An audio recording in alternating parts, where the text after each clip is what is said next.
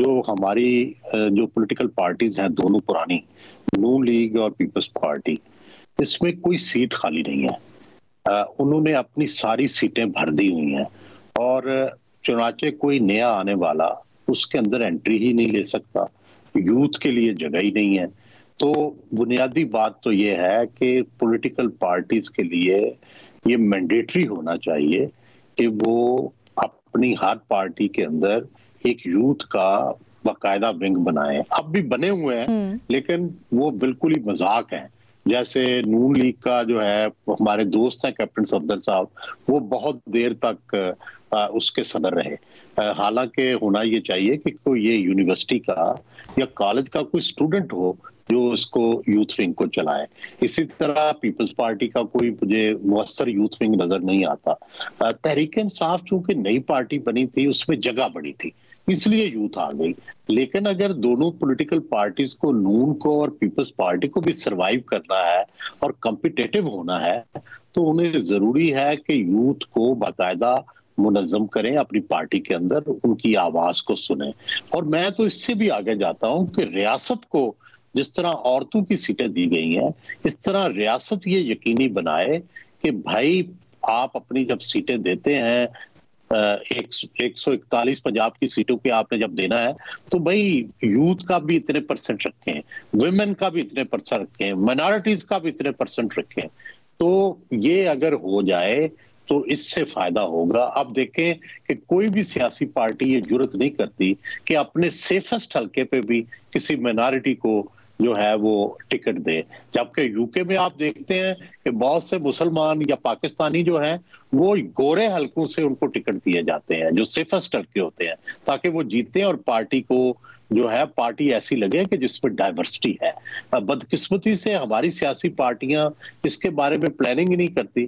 फर्ज क्यों नहीं आकर पीपल्स पार्टी या नून लीग या तहरीक इंसाफ क्यों नहीं अपने सेफ हल्कों में कोई एक माइनॉरिटी, एक खातून जो है या एक नौजवान जो है, उनको क्यों नहीं लेके आते? लेके आना चाहिए। इससे पार्टी एनरिच होगी, लोगों को हौसला मिलेगा।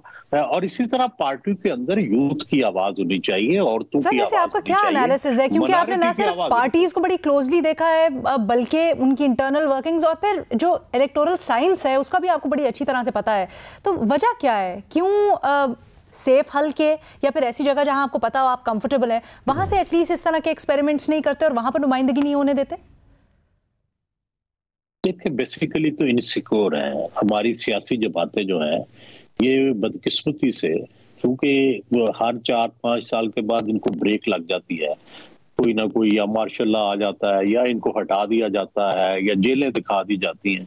उसकी वजह से पार्टीज इनसिक्योर है। वो जब भी इलेक्शन होता है वो ये सोचती हैं कि ज्यादा से ज्यादा सीटें जीत लें और ज्यादा से ज्यादा सिक्योर लोगों को वो टिकट देती हैं, और कोई तजर्बा नहीं करना चाहती, कोई रिस्क नहीं लेना चाहती।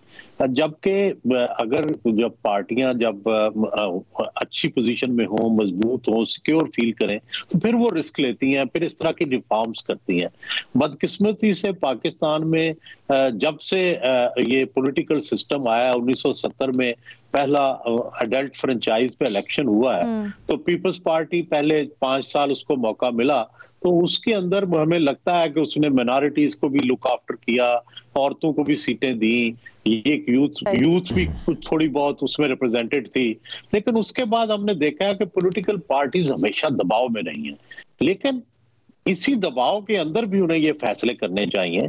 मसलन मेरा ख्याल है कि अब फैसले हो रहे हैं, मियां नवाज शरीफ को चाहिए कि लाहौर का जो सेफेस्ट हल्का है उसमें किसी खातून को, किसी अपनी लॉयलिस्ट को, ईसाई चाहे माइनॉरिटी को टिकट दे, ताकि एक नई मिसाल हो, ताकि भाई नून लीग ने ये काम पहली दफा किया। इसी तरह तहरीक इंसाफ को भी करना चाहिए। मैं आपको एक और मिसाल देना चाहता हूं।